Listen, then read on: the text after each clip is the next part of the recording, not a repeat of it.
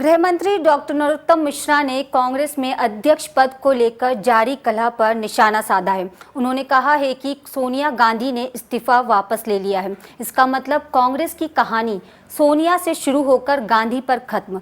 गृह मंत्री ने कहा कि कांग्रेस अब रसातल की ओर है। इस पार्टी में बड़े नेता भारी घुटन महसूस कर रहे हैं।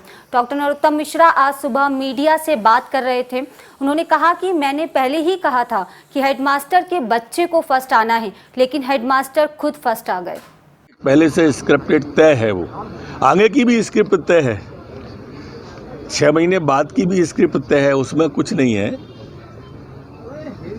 पता नहीं ऐसा कर्मकांड क्यों किया करते हैं। सर कमलनाथ नदारत रहे CWC। देखिए, वो उनकी आस्था अलग है। अब बुजुर्ग हैं तो बुजुर्गों में है, उनकी बात मानी गई। उनने ट्वीट करके अपनी आस्था बताई भी थी। मैंने कल अपनी बात कही थी, रटी रटाई स्क्रिप्ट है, उतना सा सुधार हुआ है। कल मैंने कहा था कि हेडमास्टर साहब के बच्चे को ही फर्स्ट आना है। इसमें हेडमास्टर साहब खुद ही फर्स्ट हो गए। माननीय सोनिया गांधी जी ने इस्तीफे की पेशकश की। CWC ने माननीय सोनिया जी से विचार करने को कहा।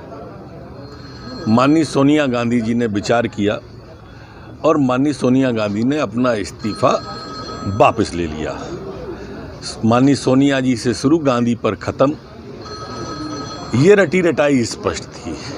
इसमें हास्यास्पद तो ये हुआ कि इतने पुराने कांग्रेसी कपिल सिब्बल जी और गुलाम नबी आज़ाद तक शंकाओं के गद्दारों की श्रेणी में आ गए।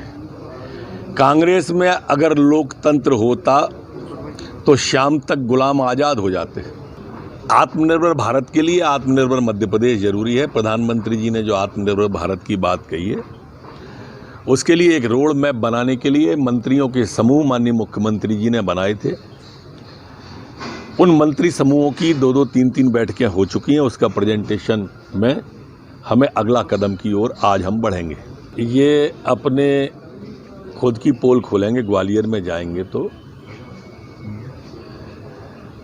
क्योंकि वहाँ जो कार्यकर्ता आया है वो आप सब मीडिया के सामने भी आया है। सबके सामने वो कार्यकर्ता आया है, तो ऐसा कैसे कह सकते हो? उसमें क्या पोल खोलने को बचा है?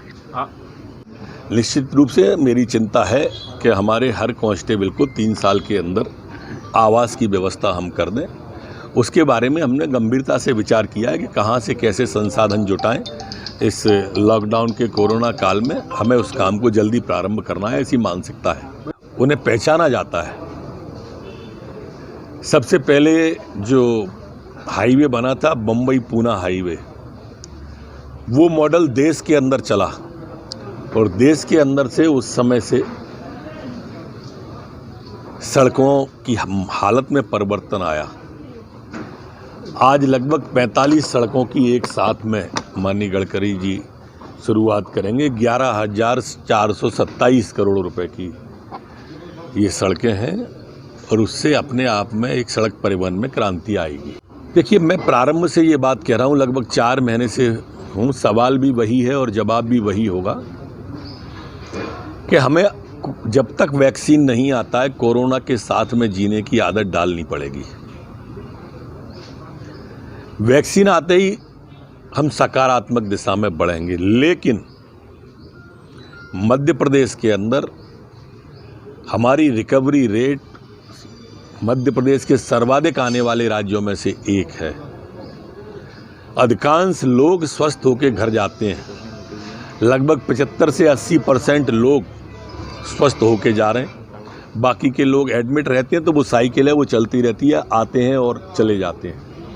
मध्य प्रदेश सरकार ने सभी गरीबों के लिए, मध्यम श्रेणी के लोगों के लिए चिकित्सा व्यवस्था निःशुल्क की हुई है। मध्य प्रदेश के अंदर चिकित्सा व्यवस्था निःशुल्क है, लेकिन जो संपन्न लोग हैं वो सशुल्क भी कराएं, हमें उसमें भी आपत्ति नहीं है। लेकिन कोरोना को हराएंगे, ये संकल्प पक्का है। मध्य प्रदेश के नहीं, देश के अंदर उसकी गति बढ़ी है, विश्व के अंदर उसकी गति बढ़ी है। हमें उम्मीद है कि थमेगी।